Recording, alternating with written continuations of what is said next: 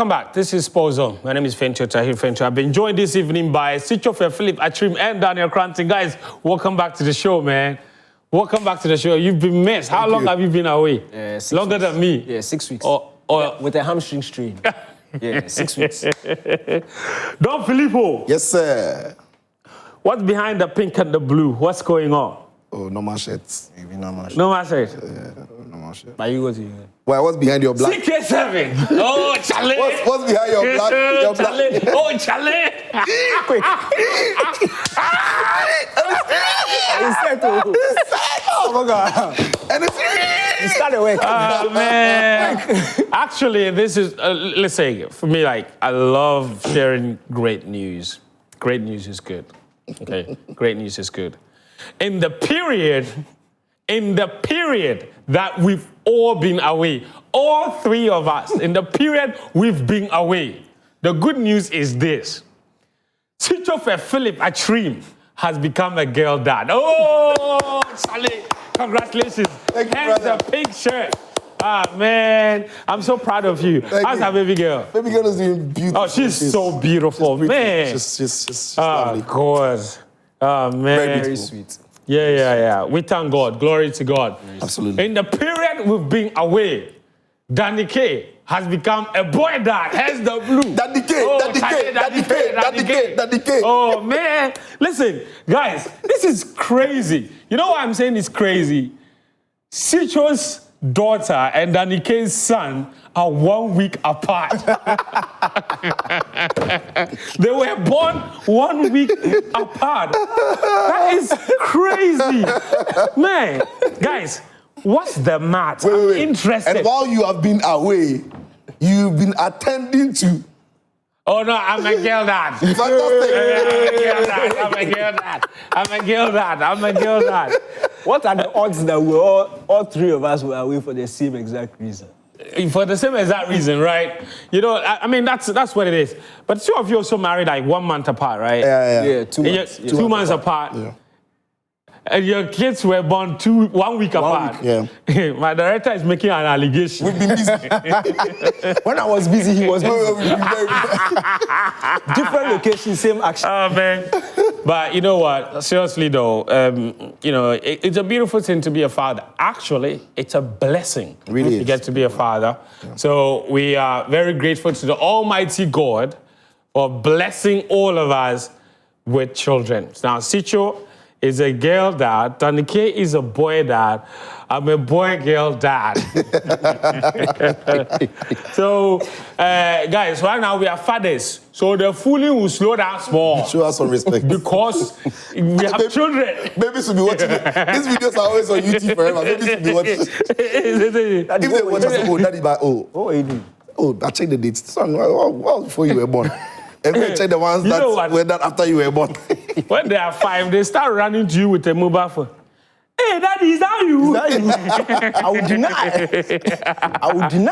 Oh, man. Charlie. So listen, congratulations once again to you guys. Thanks. And for all of you, look, we've missed you guys, man. We're so happy to be back together.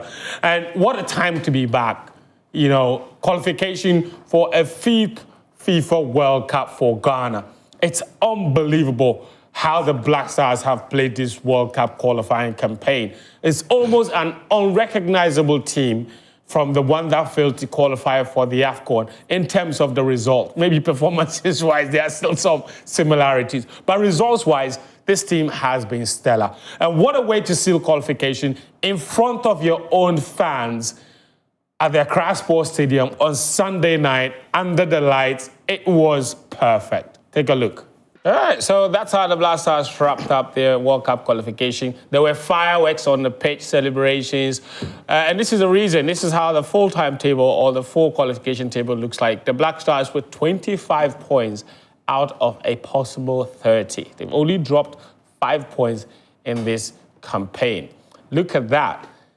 Only 5 points. Those 5 points came against Comoros, which ended in defeat, and then the draw against Chad, where they dropped 2 points. That's it. They won every other single game. With a goal difference of plus 17, they've scored 23 goals in this World Cup qualifying campaign from 10 matches. 22 of them are coming Otto Addo's 8 games. It's unbelievable attacking football that they've played in the end there. And if you look at everything that's gone on in this World Cup qualifying campaign, it's been absolutely superb. And it's led many people to question why we couldn't qualify from a group that seemingly looked weaker.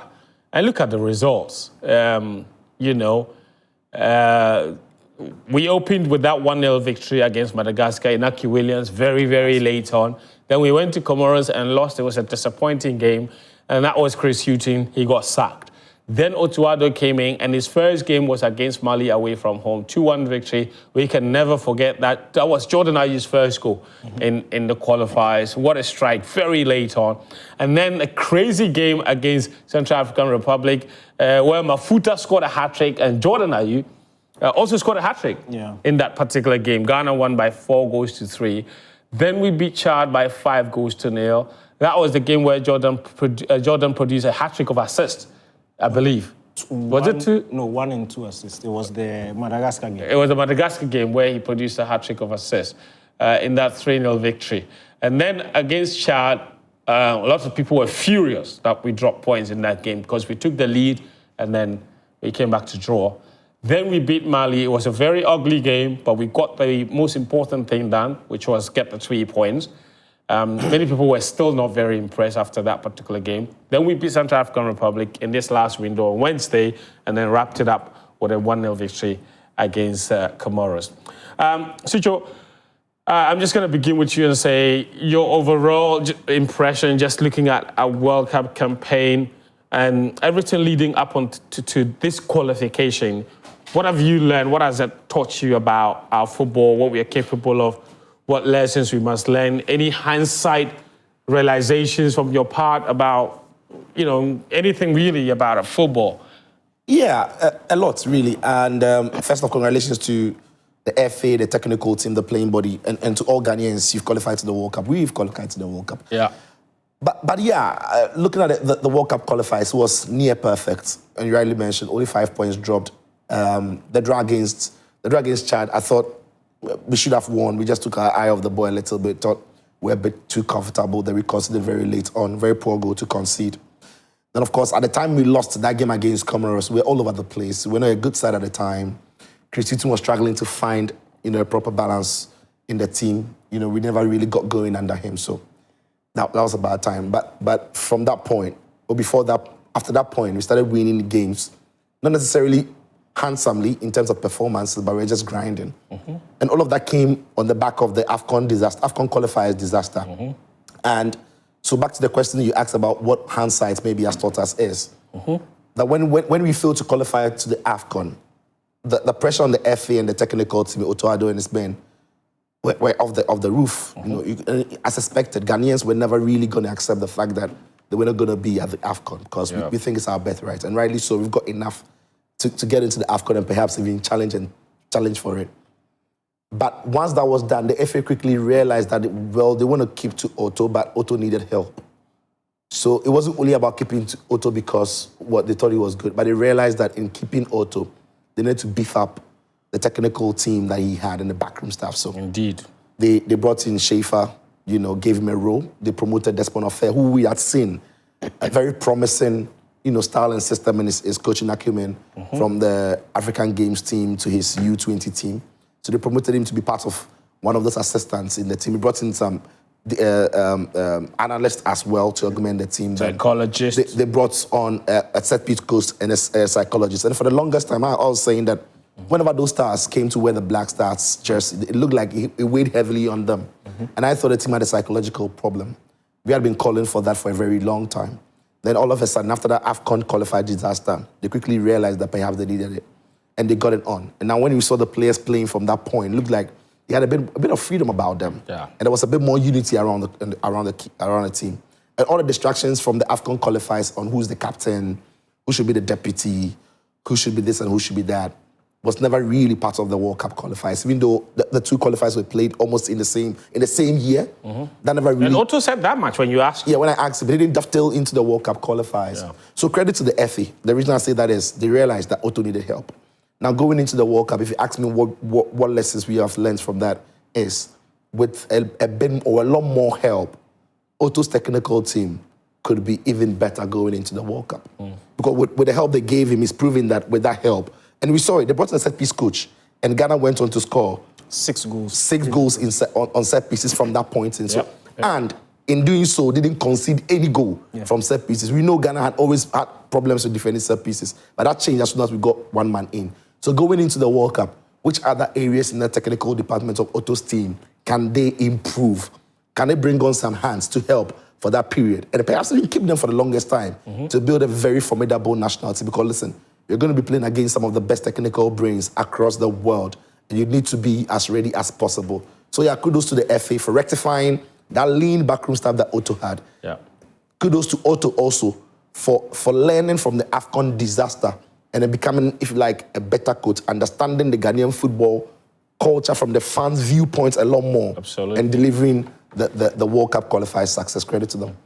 And he seems to have also become a bit friendlier. I think he's understanding the pulse of the Ghanaian football fan. I think at the beginning he was a little bit maybe too confrontational, too hot-headed.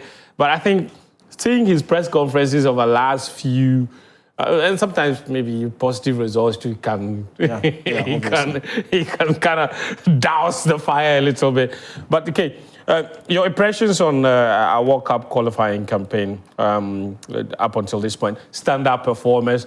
I was telling Alexis earlier today that when Danike returns, we will not be able to contain him because, I mean, Jordan, you delivered. And you've been a massive supporter of Jordan Ayew, and at 33, he's playing his best football yet. There's been several winners from this World Cup qualifying campaign. I don't know if they are losers. What do you think from a squad point of view or even from a general point of view? No, I think, okay, for me, I like to look at it in 2 halves. Last year's, and I'll include the first 2 games under Chris Hughton to last year, and then what we saw this year. For last year, a lot was happening. Chris Hughton started those 2 games, the Comoros defeat, the Madagascar win. Even the Madagascar win was, if you remember, the backlash from that was a last-minute goal. We didn't play well at all, hardly created anything. And then Iñaki with a very good finish at the death. But it was a lot. And straight from that, we went to the AFCON, the disaster. Then Otto comes in, those 2 friendly games in Morocco. Then the 2 games, beating Mali and then beating Central African Republic. And we all thought, okay, maybe things may be changing. And then the AFCON qualifiers happen. The psychology of that, to be able to flip that, and we all know how much this team has struggled mentally. We know that, you see, when you walk into a terrain and straight from the get-go, people don't trust you, it can be difficult. Put your know-how aside. Let's not even talk about whether Otto is a good coach or not. But when you enter and automatically a chunk of the people you are representing don't trust you, it can go against you. And then the AFCON disaster happened, which was terrible. It was the seal. It was terrible. Confirmation that Otto no Onyade. And everybody was convinced that this guy has to go. Yeah. But he kept his job. And it's the way they started this year for me. And it's something I've noticed. Look, every sphere of the game has improved. I'm not saying it's the best, but we've seen improvements. Defensively, it's not that we are not conceding. We are not even conceding chances. Yeah. Hardly. Like the team just looks like more of a unit this time around. There's defending from the front. The midfield is backing it up. The centre backs, and we saw last year, chunk of it, Sudan used against Ghana, Central African Republic used against Ghana, where we were being caught in behind. When they push up, because of the lack of pace of Salisu and maybe Jiku, we were seeing that being exploited. This time around, we are not seeing it at all. The understanding has slowly grown, and we are seeing more of a unit in terms of defending. Then you come to offensive also, and that's what I'm happy with Otto about. He knows when to pick his moments. He saw Chad at home, banged them 5, attacking performance. We went against Madagascar. Although it was 3-0, it wasn't a flat-out attacking performance. It was a very measured, efficient game. 2 goals from set pieces, 1 from transition, and then we get a 3-0 win, which builds confidence. You come back, and the next 2 games we played with, I think the Mali last time around. Yeah. Mali and Chad. Chad were leading 1-0, foot of the pedal, it happens. But most of the time, and when you look at the experience level of Otto, you judge it now versus then. You probably would have expected him to come out and try and prove himself, which happened in the Sudan. Remember, game, yeah. We played very well against Sudan at home. We didn't win. Then he took that arrogance away, thinking that he could do it again, and it completely backfired. But this time around, 2 days after a very poor performance away against Chad, at home against Mali, you expect all guns blazing. No, it was a very measured performance. We were able to keep Mali at bay, got our goal, and then on to the next one. Then we saw the Central African Republic, that 5-0. Yeah. Most of us, even myself, I wanted a bloodbath against Comoros. But at the end of the day, when you look at it from the technical point of view, it's about doing the job and maintaining a good feel rather than going out with arrogance and risking a bad result. It's become a lot more pragmatic about it. Exactly. Yeah. Look, Comoros are a really good side when it comes to their ball playing ability. We've seen them Very well coached as well. very well coached also. So it was about limiting the number of opportunities they had and trusting that we will, by all means, will find a way. But limiting it, that clean sheet, that defensive solidity is paramount over flashiness, and at the end of the day, the job was done. People stayed and fireworks and people celebrated. Whether it was 5-0, was 10-0 or 1-0, people still stayed. We are still happy. That's the job, has to be done. So we can see that experience is slowly growing. And for me, I'm really happy about that. But just to chip into the question you asked, Sichu, we need to get high-profile friendlies for this team because we are not going to the AFCON. Yeah. Which is a big problem. It's a big problem. Look, the other We will not play a competitive game until the World Cup. until our first game at the World Cup. Yeah. Oh, no, there's a friendly, competitive game. Game. So that's why you need the high-profile friendlies. And we know they've secured some good ones The for Asian Tour, the yeah. Asian Tour for November. But in March, in April, we need to see similar standard friendlies. And by that time, we would have seen our opposition for the World Cup. So I mean, the good thing is when teams know Ghana is going to play the World Cup, they would also want to try themselves Ghana, against exactly. Ghana. So by that time, Finding friendlies, high-profile friendlies wouldn't be because we've qualified to the World because we've Cup. already qualified. Yeah. So it is really important because we need to keep this going. And I agree with Sichu. It's not just when you assess what happened last year and you go back and you assess it, obviously, you go back, you need to fix some certain loopholes that we had in the team.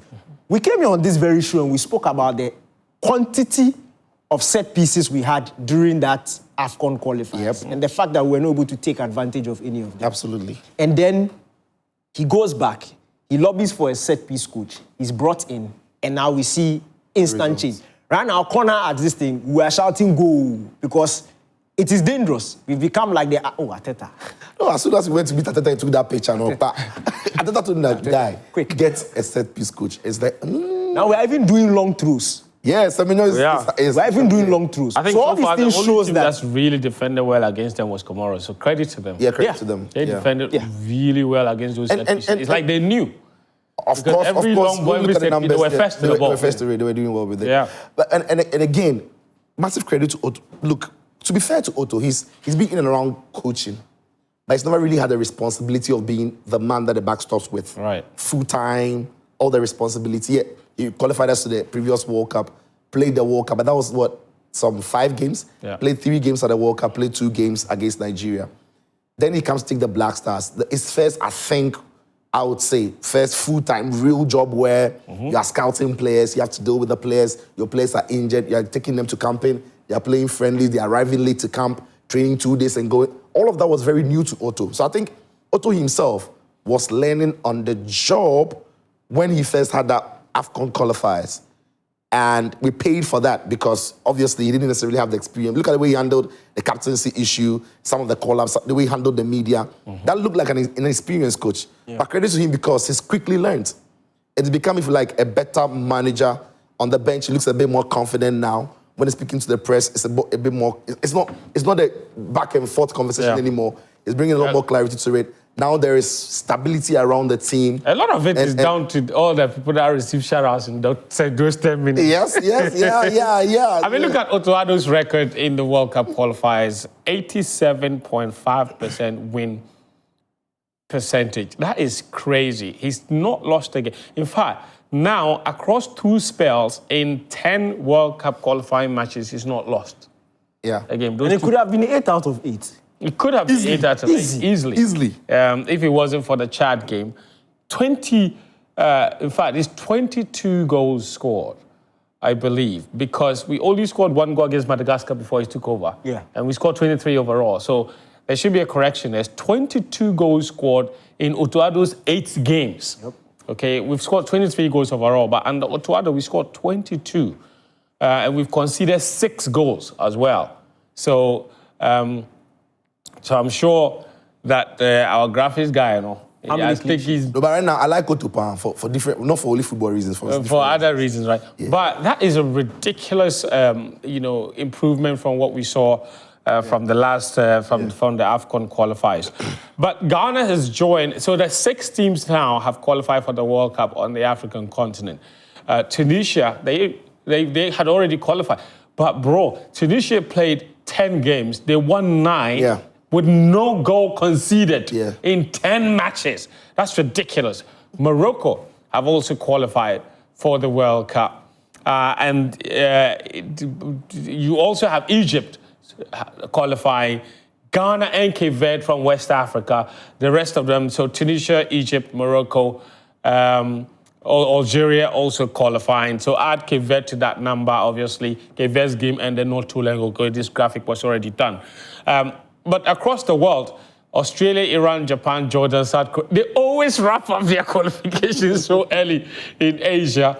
Oceania, New Zealand is already through. South America has Argentina, Brazil, Colombia, Ecuador, Paraguay, Uruguay, all through, the usual suspects, right, have qualified. Europe, no one has qualified yet because they still Portugal will come, the rest will follow. Yeah, they still have a long way to go in their qualification. We spoke about Otuado. So then what it means is the consensus then is that Otuado is staying. You say, because you know he's staying, even if it's not your wish, you think the reality is that he's going to stay. Yeah. But you're saying that he needs to be back even more. That's what you think. Yeah. You think the same. He's staying. Yeah. That even if you want Otuado to be changed, we don't think Otuado will be changed. And I think it's a fair, very objective opinion to have based on information, based on our history, that you may want Otuado sacked, but the reality is it doesn't look like Otuado will be sacked. If the government did decide, along with the FA, of course, to sack Otuado, they would have enough time for the new manager to come in and build the team for the World Cup. We still have 8 months to the World Cup. The new manager would have November international break, March international break, June international break to look at the team. So there is enough time to bring in a new person to come and take over the team. But who will that new person be? At what cost will this new person come in? Those are all the dynamics. The coaches that you have in your mind about what they're capable of doing at the World Cup, when you say you need a better coach to take Ghana to the World Cup, the one you immediately think about is somebody that probably earns 4 times Otuado. Yeah. The one that is in your mind. I'm asking you right now, if you sacked Otuado, who are you taking to the World Cup? Whichever coach you think about right now would probably be earning 4 times as much as Otuado is earning. And we are complaining already about Otuado earning 50,000. First of all, is the government ready to invest that much money into a new coach? Whether it's your heavy Renard or Tom Sainfi, the reason he didn't get a call back from the FA is because he quoted 120,000 salary. Shouldn't call him. You understand? So these are the dynamics. And then that is just the head coach. Now, these people are going to come with their own backroom stuff. So as a country, we need to decide, are we poor or are we rich?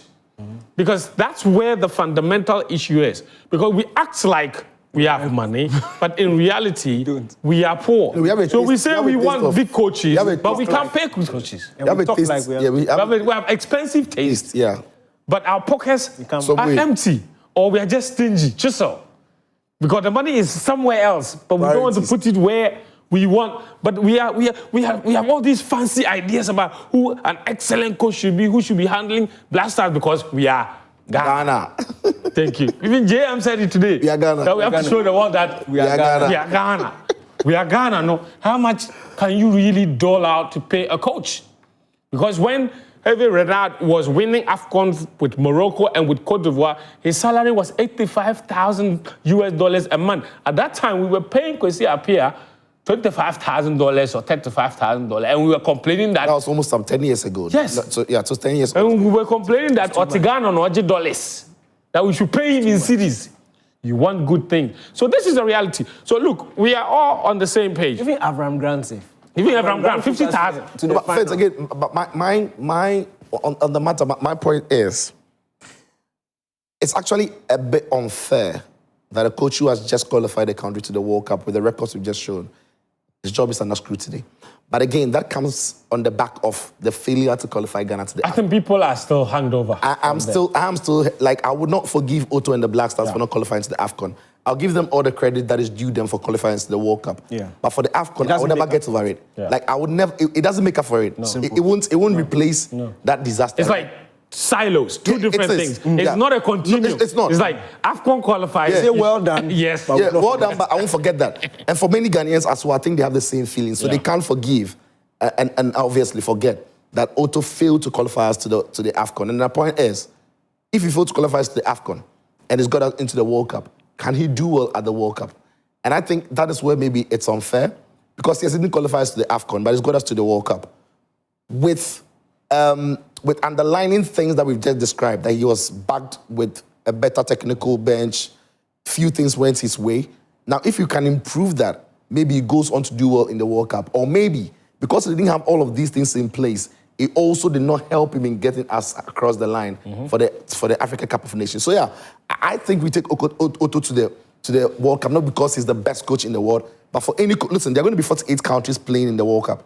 For any coach who qualifies one of those 48 coaches to the World Cup, he deserves massive credit, and I think that they deserve to be there. In terms of appearances, this will be Ghana's 5th appearance, but Nigeria might not qualify. If there's one thing they have over Ghana at the World Cup, is the fact that they've been to more. But this is what it is. So Cameroon are not going, they are in the playoffs, so they might still end up going. But Cameroon has the most appearances at the World Cup by any African country, with 8, Morocco 7, Tunisia 7, Nigeria 6, and now Ghana 5. For a country that hadn't made the World Cup until 2006, that is impressive. Very, very impressive. Very impressive. So that's like 5 in the last 6. 5 in the last 6 years. We only missed out in 2018. Incredible. Wow, that's crazy. Another player that is someone that deserves a lot of credit at this campaign is Jordan Ayew. Danike, brief words on him. 7 goals, 7 assists, global goal contribution leader in World Cup qualifying. Not even Messi or Cristiano could lace his boots. And my word, what an impact he's had. Look, top guy. Top guy. But for this, I credit Otto, because for years, I knew this was very possible. I knew this was very possible because I had seen in Jordan's national team career, anytime he was asked to lead the line, he gave these sort of performances. Very brief, but he gave these sort of performances. At AFCON 2019, when that was the first AFCON post-Jan. Jan was in the team, but he wasn't in the team. Jordan led the line. He top scored for the Black Stars. We've seen it a number of times in very short spells. But for me, I just felt like the entire philosophy of the team, sticking him out wide, it just wasn't working. And he was the only one, when I looked at the pool of players, who could not just score, but also bring others into the game, because his link-up play, his hold-up play, he's perfectly suited for that role. And then Otto did it, brought him on as a sub to lead the line against Mali. He goes on to score. He trusts him to start against Central African Republic. He scores a hat-trick, and from then, he's been asked to lead the line, and we are seeing. And he's getting assists from the same Jordan who they said couldn't take corner kick. He's now the one who is providing set pieces from corners. And I said it at that time. When, you see, football is very funny. There's a fact that, yes, the corner kicks were not good. But when there's a plan around it, when the players in the box know that the ball is going to the far post because there's been a plan, they attack it better. If Jiku, Salisu, and Partey are going to guess 2 of them are running to the near post. One is running, and Jordan thinks that, okay, this one, let me hit it to the... There will always be confusion, and that was what was happening in the past. So it didn't necessarily matter who was taking it. But because he was the one in charge of it, most of the blame got to him. Until now, we got a proper plan. There was method put to the set pieces, and now we are seeing results. Yeah. Because it's not just Jordan who is giving assist from. Kudus is also giving assist. So that the team has been very well aligned, very well coached to give these numbers. And for me, it's very impressive. I genuinely think if we added assists, in fact, goal contribute, that would be like top 2. Where? In the all-time, if we we add assists. It's possible. It's very possible. But more important, he's added his name to some legendary, he's top 5 some legendary list of captains to lead the national team. No, that's not what I said. Top 5 scorers of all time. I heard you. No, you didn't hear me. For the Black Stars. So when all is said and done, you see the beautiful thing about football. When all is said and done, it's not your feelings that somebody will care about. In 10 years' time, when the children look at the list, the Baby Jet, the greatest goal scorer ever for the Black Stars, Jordan Ayew's name is there, top 5. He's there. Top 5, whether you like it or not, he's there. And that shows consistency. You don't snap your fingers and get over 30 goals for your national team. He has just 33 now. He has earned it. Yeah, 33 now in 117. Solid. He's only 3 appearances away from his brother's record of 120. So, in fact, Jordan Ayew most likely will retire as the Ghanaian player with the most appearances for the Black Stars. Yeah. That is ridiculous to think about, the sort of impact and legendary state. So he would stand alone in a Mount Rushmore of Black Stars appearance makers. Jordan Ayew would be at the top of the mountain. 5 more goals to number 3 on the all-time goal scoring list. After that, he can retire. We don't care. We'll do the rest for him. Anyway, one other thing that I wanted to talk about is Benjamin Asare. So, as I indicated, Jordan Ayew, of course, one of the captains to lead the national team to the World Cup. But Benjamin Asare's situation, he's played, 6 games, and he's kept 5 clean sheets and conceded just the 1 goal against Chad. And yet, just like Otuado, his position too has come under a lot of scrutiny. Sicho, why is that? Why is that? Benjamin Asare really, does he not inspire confidence? Or clean sheets are just, because look at the other goalkeepers in the recent goalkeepers and the number of clean sheets they've kept in the number of appearances they've made. Atizigi has played 27 games. He's kept 7 clean sheets. He's conceded in 20 games and 36 goals overall. Wallaco's 12 games he's played, he's conceded 4. He's kept 4 clean sheets, conceded 13 goals. Look at Richard Ofori, 29 games, his clean sheets 15, and goals conceded 15. So that should be 30 games then. The maths is not adding up. Okay, no, sorry, the maths is adding up. So clean sheets 15, but goals conceded 15. And it's not like those two need to add up to 30. So that's the thing. And then you have Benjamin Asare, 6 matches, 5 clean sheets, and 1 goal conceded. Of course, the volume of games are not the same. But if you compare This is competitive games, right? Competitive games. Yeah. If you compare him to someone like Wallacott and strike the average, Wallacott is conceding a goal he's conceding a goal every 4 games. Right? He's conceding a goal every 3 games. More than a goal every game. In fact, slightly more than a goal every 3 games he concedes 1. No. So, 13 goals. Ah, God. So he's conceding. So what I want to say is he keeps a clean sheet once every 3 matches. Yeah. That's what I was going to say. Yeah. Once every 3 games, he keeps a clean sheet. If you look at Atizigi, for example, he also keeps a clean sheet once every 3 games, on the average. Maybe every 3.5 games, he keeps a clean sheet. Richard Ofori, with his 15 clean sheets out of, let's say, 2, so he keeps a clean sheet once every 2. Yeah. So that's a better record than the aforementioned 2. And then you have Benjamin Asare, who concedes 1 every 6 games. Yeah. Look. For me, I don't even necessarily really care about the clean sheets and the clean sheet. Look, it's good. But the clean sheets are also down to a lot of different factors, right?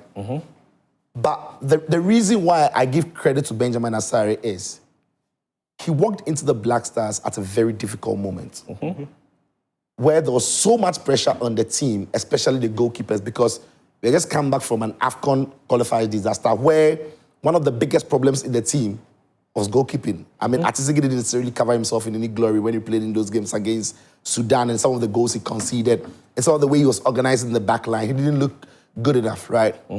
Now, not many people paid attention to the rise of Benjamin Asare and saw him in and around the team, even though he wasn't necessarily called into the pool. But he was called as part of the squad for most of the time, leading up to his eventual spot earning. Now he ends the sport, goes to train with the team. And after first training session, the coaches decide that we've got to give him a chance. Now, that is a huge statement because traditionally in Ghana, when the local lads have gone to train with the national team, they've most of the times we've been there, sometimes looked out of place. They've almost looked like we are different footballers from those who have arrived. Some have even admitted Some have even admitted that. Yeah. So for Benjamin Asare to go into the team that is under pressure with an almost certain number one in Atisigi at the time, and go in there and back himself and prove to the coaches that he can get the job done, that is a great character of a goalkeeper. Then he gets into the team, and all of a sudden the team doesn't concede chances. All of a sudden the team doesn't make mistakes at the back. That for me cannot be coincidence when we're talking about 7 games, irrespective of the opponent. Because the strength of the opponent we played against during the World Cup qualifiers isn't very different from the strength of the opponents we played against during the AFCON qualifiers. And then we can pull the numbers. We can look at where these teams are rated. They are in and around the same numbers. So people look at Benjamin Asare and are saying that he's not necessarily been tested. My question is, if Benjamin Asare wasn't tested, which one of those Black Star players were tested? Jordan, are you? By who? The coach Otoado we are singing his praise now? Or the entire Black Stars team? Because they didn't play against a different team. No. They all played against the same teams. So I give him all the credit for stepping into that team and being part of a team that has looked solid defensively. Because there are things your data and your stats will not necessarily point out.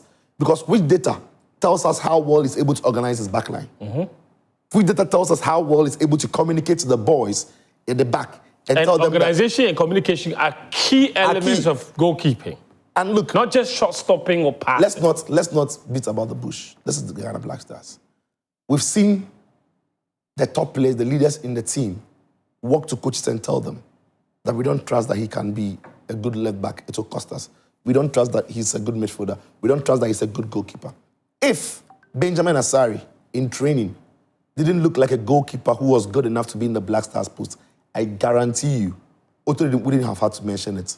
Players like Kudus, Jordan, Thomas, Jiku, Salisu, if they realize that you are picking a goalkeeper who's going to cost us victory, points, and potentially deny us from qualifying to the World Cup, they would have been the first to ring it into the ears of the coach. Coach, can you have a second look at that decision of playing a goalkeeper who doesn't look confident in training, who doesn't inspire us at the back? We had the 2014 World Cup. What happened? Korase started the first game. He was dropped. Why? The centre-back partnership and the defense didn't trust Korase's communication and his organization. You change him to Fatah Dauda and he's stuck in the post for the next 2 games. So for me, I've seen people discredit Benjamin Asare. Obviously, every player can improve. Mohamed Kudus can improve.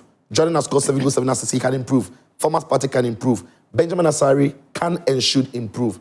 But the point is, if he stays fit and he keeps doing what he's doing for his club, and the other goalkeepers he's competing with don't show that they are any better between now and that time, he keeps the post. And that's finally to end it. I also don't see any Ghanaian goalkeeper right now who is doing anything significantly better to convince me that if you put him in the post, he improves what Asare has done. What can you improve? What Asare has done? I mean, brilliant. I have a question for you, Nketiah. What makes Asare special? Why isn't he conceding? The argument from some quarters is that he's not facing short. Is that just it, or there's more to it? Like, what is so great about his goalkeeping? Okay, do you remember the pep team between that pep team? The Valdez team. Thank you very much. We all knew that in terms of actual shot stopping, Valdez wasn't the best goalkeeper. But he hardly conceded goals. It's not because of shot stopping. That's why Pep went to change his goalkeeper. Because he knew the system will protect the goalkeeper. But the goalkeeper had something that will improve the whole team. Look, none of us are coaches, and I think Sitcho has put this brilliantly. Richard Ofori went to the AFCON. It didn't work out. No. He's not made a Black Stars squad list since. Yes. A new team goalkeeping coach has clocked into the team since the AFCON. Atizigi was imposed up until that time until the Sudan game. After the Sudan game, Manaf, I think, caught the 2 games, and then Benjamin Asare has come in. This is the same goalkeeping coach who has assessed goalkeepers over, the last 18 months. And he decides that Asare goes in. Look, personally for me, does he have question marks? Yes, he does. But who doesn't? Which of our goalkeepers don't? See what I'm doing? See what I'm Look. Which of our goalkeepers don't? Look. Masa, what did you do? Look, friends, I always say this thing. People shouldn't break my table. Sitcho, no be serious. Sitcho, no be serious. Look, I always say this thing. And you know this. Your form in your club will get you the call-up. Yes. Your form in the national team will keep you in the team. It gets to a point for me, I stop rating certain players with what they do in their clubs. If you burst onto the scene and you are banging in for your club and we put you in the Black Stars, once, twice, 3, it goes past 10 games and you are struggling to give that form. Yeah, if you can replicate it. If you can't replicate it, why should we continue to put you in there? Yeah. When you compare Atizigi's form for his club, and Karim comes here every week and talks about how well he's doing. Forget the goals considered. The team no more so by all means you concede. He makes a lot of saves. The saves, his ball playing ability, he's really good. But when he comes to the Black Stars, the inconsistency is just too much. You look at how well he did at the World Cup. For me, he was really good. Then he comes to the AFCON qualifiers. In fact, World Cup qualifiers against Mali when we went to Bamako. Super game. Then you look at the AFCON qualifiers, and it's like a completely different goalkeeper. Yeah. For me, you can't keep giving performances like this and expect change not to happen. And when you look at the history of this Black Stars #1, yes. Look, we've had plenty of goalkeepers in the last... Yes. Because individuals are struggling to hold down that position. True. There was Abalora who was in there. Who also flirted. Had his issues. Wolacott came in, had his issues. Richard Ofori was there, had his issues. Atizigi. If you fail to lock it down with performances in the national team, you can't expect to consistently be getting those. In fact, I will help you with that point. You know, Atizigi made his debut in 2018. It took 4 years before Wolacott came into the team. He was there with Richard Ofori. And by the time Wolacott came into the team in 2021, Richard Ofori hadn't gone anywhere. He was still there. Maybe he just wasn't getting enough playing time. Wolacott comes into the team. At that point, expectedly, for how long Ati had been in the team, if he was undisputed #1, no way Wolacott dethrones him. Yeah. But Wolacott comes in and straight He Walks into the team. as #1. So you see, they And he came from, hold on, the 4th tier of English football. Atizigi was still playing in the top tier of Swiss League. Nothing had changed. He still had playing time. Look, I don't have anything against Ati. I love the kid. Like, I think reflexes-wise, like, he is the best among the goalkeepers that we have. But it's not all about shot stopping. If goalkeeping was only about shot stopping, I think there'll be a lot of goalkeepers. Friend, it's about what you do in the national jersey. At the end of the day, that's what the So coaching. are you saying that even in the national team, he's shot stopping in some way? It's It's also inconsistent. a bit. I don't know if it's shy or a bit timid or a bit. I don't think he speaks enough. I don't think he commands enough. And and that is one thing I give Asare the credit for. And also people question Asare's distribution and what have you. I'm like, okay, fair enough. It could be a flaw in his game. I don't think it's a flaw in his game.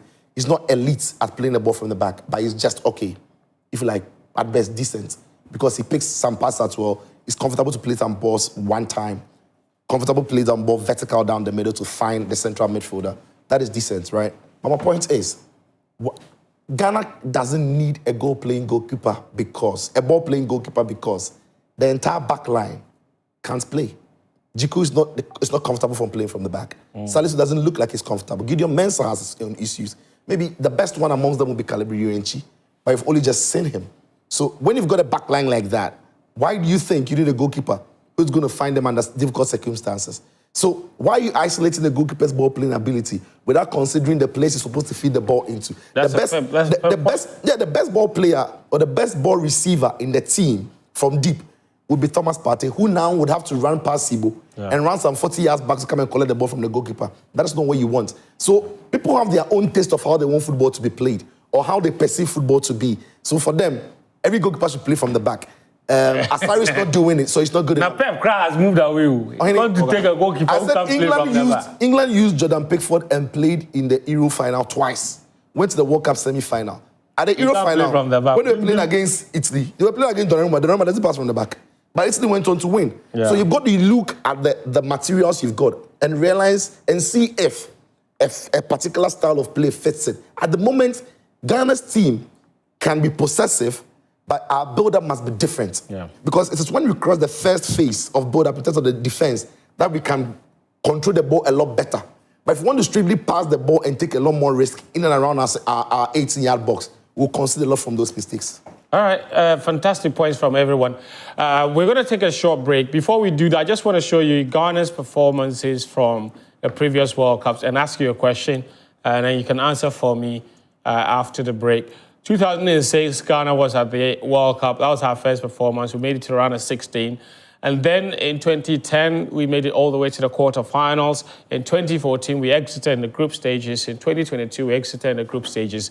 2026, we're going back to the World Cup. Where do you think we will get to? What is our realistic chance? What is our realistic target going to the World Cup in 2026? The draw is on December 5 in Washington, D.C. That's when we will discover which city will be based in, which country will be based in, and who, more importantly, we will be playing. We're going to take a short break. When we come back, I've got lots of your messages on the WhatsApp number 0551 575757.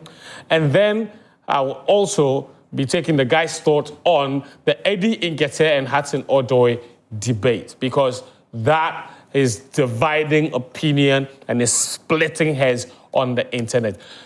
Do stay with us. This is Sports Zone on Joy Prime, proudly sponsored by Piva Beverages, producers of Game Energy Drink. I took one of these with me to Tokyo, Japan, and when the nights run into long mornings, this was what kept me going, man. It was unbelievable. And Guinness, say no more. You already know what it is. This OG here. Anyone that knows the game knows what it is. Okay, so we'll take a short break. We still have about 30 minutes more left on the show, so lots of time to look at all the other African qualifiers as well as your messages. Do stay with us. We'll be right back. This is Sports Zone on Joy Prime. Thank you for staying with us. I've got lots of your messages here, so I'm going to try and read as many of them as possible before I take the guys' thoughts on that head-splitting argument or subject matter of Eddie Nketiah and Nketiah Odoi. Prosper says, Fent, I welcome you and your team back on the show. I miss you all, especially my guy, Danny K, is looking fresher than before. Leave is good. Congratulations to the Ghana Black Stars for the qualification. I can only wish them well. Thank you, Prosper. Emmanuel, watching from Cotonou, Benin. Oh, we'll get to Benin's game. Very soon. They said today they trained for 5 hours. Oh, Charlie. They didn't go lose. We are backing Benin. He says, good evening, sportsmen. Congratulations to Ghana for booking their ticket to next World Cup. But for my country, Nigeria, he's texting from Cotonou, but he's Nigerian. Oh, Charlie. You see, they come to you again. Charlie. Sorry. Oga, sorry now. He said, but for my country, Nigeria, we've been on our calculator republic. Since if you bend. Calculating possibility for us to qualify, and a big congratulations to Cape Verde for their first World Cup appearance. Emmanuel, thank you very much for tuning in all the way from Cotonou, Benin. Good evening, Fentio. I hope you guys are fine. My question is Nketiah Odoi an upgrade on any of our wingers currently? It's a big no for me. I don't think we lack in attack. Those we have are capable of matching any team. A case can be made for Eddie Nketiah because he's a striker, but even for him, Otuado hardly plays with an out-and-out striker. They can naturalize as Ghanaians, that's fine, but not because of the World Cup. Kenneth in Tema, so with that eloquent point.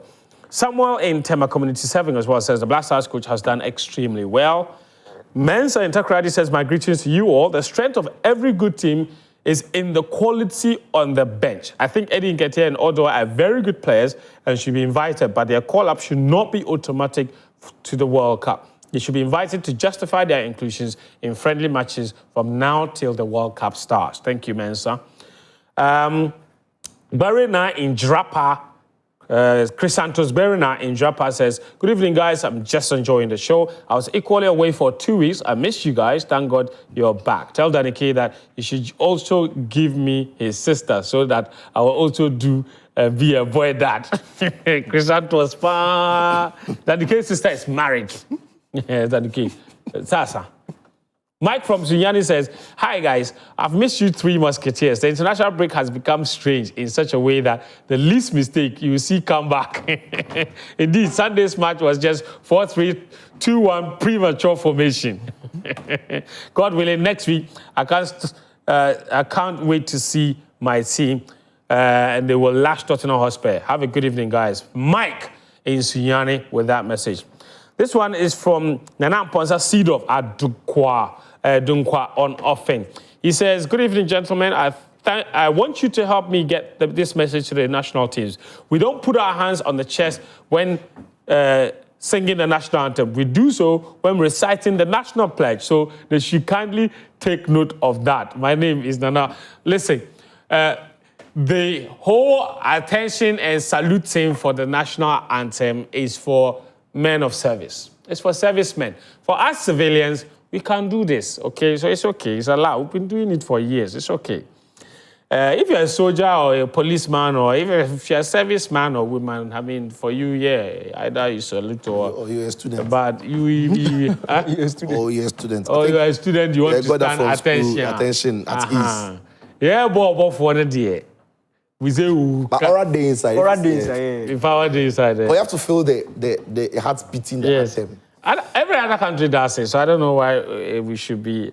Anyway, this one says, this 3 squad has been missed. Okay. Anyway, welcome back. A very comfortable good evening to you guys. This is all we anticipated for. And Otto and his boys, they need to wake up regarding the World Cup because we just don't want to go and add to the numbers, he says, but we want to make a difference. Congratulations to the Black Stars of Ghana. Hi to Karim and Danny K. This is Joseph from Bandai. This one says, evening, bro, you've been missed. Wow, welcome back to your seat. But where's Danny K in all this fence? From Mutala, I don't know. I don't understand Mutala's question. I think the mistake came at the time you're introducing the show, perhaps. Yeah, maybe. Yeah, okay. Prime Mino from Ofanko Barres said, good evening, Sports Zone. Tell Otuado not to entertain those so-called players who snubbed us when we needed them. Interesting. Gideon from Abrani says, good evening to you guys in the studio. There's nothing wrong with inviting the two to join the Black Stars. We all remember Samir J qualifying as our first World Cup, but Olile was invited and he took his position in the national team. So those two wouldn't be the first to be included without playing the qualifiers. That decision solely lies on the coach and his technical team. If I were the coach and his technical team, I would invite them for the November friendlies. All right, Gideon, thank you. That's an interesting thought. Philemon says, good evening, gentlemen. I think Otuado should be giving his flowers for qualifying us to the World Cup, but I still think Otto is not the guy to take us to the World Cup. This is the right time to sack Otuado. Philemon, thank you for your message. Ramsey in Tamale says, good evening, guys. Fent, then Danike, why you go sabbatical leave or maternity leave? Welcome back, though. Nabila and Achu did a great job in your absence. Indeed, I strongly believe Otto should remain at the helm of affairs because his records speak volumes. and it would be very unfair to let him go at this point. He has his flaws, but with the right backing, mentality, and optimism behind the team, Ghana will do well at the World Cup. Ramsey, with that message. You can share your messages with us as well. Big shout to Fifi Aite. The number is on your screen. But guys, we only have like 2 minutes to share our quick thoughts on the Eddie Nketiah and Hassan Odoi matter before we go around the continent and talk about all of the drama that's unfolding before our very eyes. Sicho, where do you stand on this? I'm sure you've seen it all over social media. For me, it's got to be player specific. You've got to look at the player and decide if it's an area in your team that the player that's available improves. I think in the case of Eddie Nketiah, he very much improves our team if he's eligible. That's largely because we don't have an out-and-out striker like him, so it brings a different dynamic to the team if he's available. For Hudson Odoi, again, his performances in the area in which he plays, I don't think we lack quality or talent. And his performances as well are not as consistent as you would want it to be. So he's the one player that, yes, if he wants to be Ghanaian, he can be Ghanaian and be available, but not necessarily a player that comes in automatically has to go to the World Cup. Yeah, so that should be an option. Listen, when you're going to the World Cup, you want your best players to be available. And the thing is, I said it on social media, I'll say it again, that let it stick into your mind that the players that qualified us to the World Cup, not all of them are going to be there in the USA for various reasons. And another time we can go into the reasons. And when players are available and they offer you an improvement in the squad that takes you to the World Cup, you want to think through it and take it or leave it. But in the case of Eddie Nketiah, special profile, different kind of player to what we have, we could look into it. Hudson Odoi, not too sure because in the position in which he plays, probably have a lot more talent. We have a lot of talent who is not necessarily by far better than. Lenike. I'm not convinced by both of them. Same reasons, but I don't think Eddie Nketiah makes this current squad. To be frank, yes, we don't have an out-and-out centre forward, but we don't necessarily always play with an out-and-out centre forward. So when you're going to competitions like that, you don't include a number of them. You probably include one. And I think if I was the head coach and I was going into the World Cup, I'll take Jerry Free because he has more cohesion with this team. He understands this team better. And I feel like his movement, everything with his teammates is much more settled than somebody who is now coming in. And I don't want us to make that Iñaki mistake again because at the World Cup, Iñaki was basically -1. He struggled. Was a misfit. Complete misfit in the World Cup. Yes, you can have quality, but if you don't have time to properly integrate yourself into the squad, it's not a risk I'm willing to take. And for Hudson Odoi, I think we have much better wingers than him. And again, because of the team cohesion, the likes of Bonsuba and Kudus who plays out wide, Fatao, Kamal Dean, Pencil, we have plenty. So I don't think we are lacking in those areas. But if they will come by November and start integrating themselves, which won't happen, maybe they will have a chance. But if I was a head coach, I would not take them. Okay, so that's what it is. Let me take you around the globe, show you results from yesterday from the World Cup qualifiers as well. Today, Cape Verde also confirmed their qualification. We'll get to that very, very shortly. But yesterday, there were some other games in World Cup qualifying. We know that Mali beat Madagascar as well in Ghana's group. Madagascar needed to win heavily and for the Black Stars to lose heavily. They didn't get either of those scenarios, and so that was the situation with them. There were some games played as well today. Tunisia, as I indicated, they won their game 3-0, concluded the qualifiers, and then there was Capo Verde who qualified. The fans invaded the pitch and what have you. It was amazing. So this is from yesterday. The games from yesterday, of course, Ghana beating Comoros, the last game there. Mali won 4-1 against Madagascar. Burkina Faso also winning 3-1 against Ethiopia. No chance for them to qualify. Sierra Leone getting a 2-1 away victory. Egypt also winning 1-0 against Guinea-Bissau. They had already qualified anyway. Today's results, let's take a look at them as well. And there it is. And the most important result you should be looking at there is Cape Verde 3-0 against Eswatini. The rest of the results you see there, Tunisia had already qualified, and the rest of the games really had no consequences whatsoever. So Cape Verde, they won 3-0 against Eswatini. And I think we can look at scenes from that game and the way the fans, they celebrated with the fans, absolutely unbelievable. Their first ever World Cup appearance. And this is what football is all about. And this is the justification for the expansion of the World Cup to 48 teams. It allows for us to see countries like this. Cape Verde, look at the scenes. Beautiful women, beautiful football. And it was, you know, people want Cape Verde at the World Cup for different reasons. Look at this, at full time. Scenes. It's just like in 2006 when Ghana beat Uganda by 2-0 in Kumasi. I scaled the wall. I was part of those kids that scaled the wall onto the pitch, carried Stephen Appiah aloft. I believe I touched him, hence the blessings I have in my life. You know, so it's a beautiful, beautiful story. Look at their stadium. It's not even as big as the University of Ghana stadium, and they built it with FIFA Forward money only 2 years ago. And look at the scenes. The president declared a half day. So everyone closed from work at midday today in order to go to the stadium and support the team or go home. You people, this video is from the AFCON.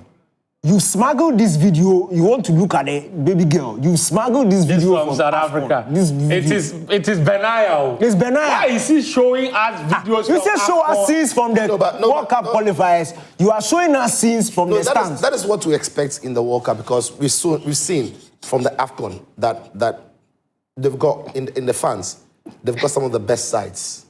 And they've got some of the best ones. Some of the best sides. Listen, they came to the AFCON with beautiful women. And during the AFCON, wherever the cameras pan to, I think what the producer is just trying to show us is that after the football in the stands, Cabo Verde perhaps in the world have got some of the best sides. Yeah. So that's what to expect in the US. Yeah, thank you for the explanation. These are the groups.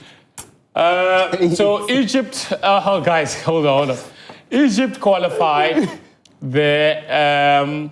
You also have Senegal. They are playing tomorrow. We'll get to them. Benin, South Africa as well. Okay, so here. So Egypt, they've qualified. Senegal have not qualified yet.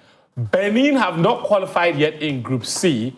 Cape Verde have qualified in Group D. Morocco have qualified in Group E. Cote d'Ivoire have not qualified in Group F. Algeria have qualified in Group G, and Tunisia have qualified in Group H. So the groups that are still yet to be determined are Group B, Group C, and Group F. And let's look at the fixtures of those groups tomorrow and how things could pan out with this table in mind. So Group B will have DR Congo against Sudan, Senegal against Mauritania. Senegal will qualify with a win at home. It's very straightforward, okay? Yeah. Group E, there's Morocco versus Congo Republic. Morocco have qualified already, so it's a crowning moment for them. Where I'm interested is Group F. Group F will see Cote d'Ivoire up against Kenya, then Gabon against Burundi. Now, Cote d'Ivoire lead by 1 point. A win at home against Kenya, and they qualify. Gabon can do whatever they want. If Cote d'Ivoire win, they're qualifying. The only way Cote d'Ivoire don't qualify is if they draw or they drop points and Gabon get victory. So that's straightforward for Group F as well. Where it's not so straightforward is Group C. Sicho, I'm sure you've been following Calculator Republic. So here it is. Nigeria can qualify if they beat Benin by a 2-goal margin and South Africa don't win against Rwanda. That's the only scenario Nigeria qualifies. For Benin, they can qualify with a win. It doesn't matter what happens in the South Africa game. They can qualify with a draw. It doesn't matter what happens in the South Africa game, even with a draw. Now, they can Benin must not lose. Yes. Now, Benin can still qualify with defeat if South Africa don't beat Rwanda by a certain margin. Yeah. Wow. That is where the focus will be, I'm sure, in Group C. And look, Nigeria got themselves in this mess as well. They could have really, wrapped up the group in those 2 games against They've Zimbabwe. won 2 matches. Yeah, in those 2 games against Zimbabwe that they didn't win, at least they won one of those games. They've got Lesotho in the group as well. They should have, and in some of those games against some lower tier sides. Yeah, you're expecting them to have done. They've had a Rwanda. They had a very rough qualifiers, but Lifeline was thrown out there simply because of those boardroom points that were deducted from South Africa because they failed an eligible play against Lesotho.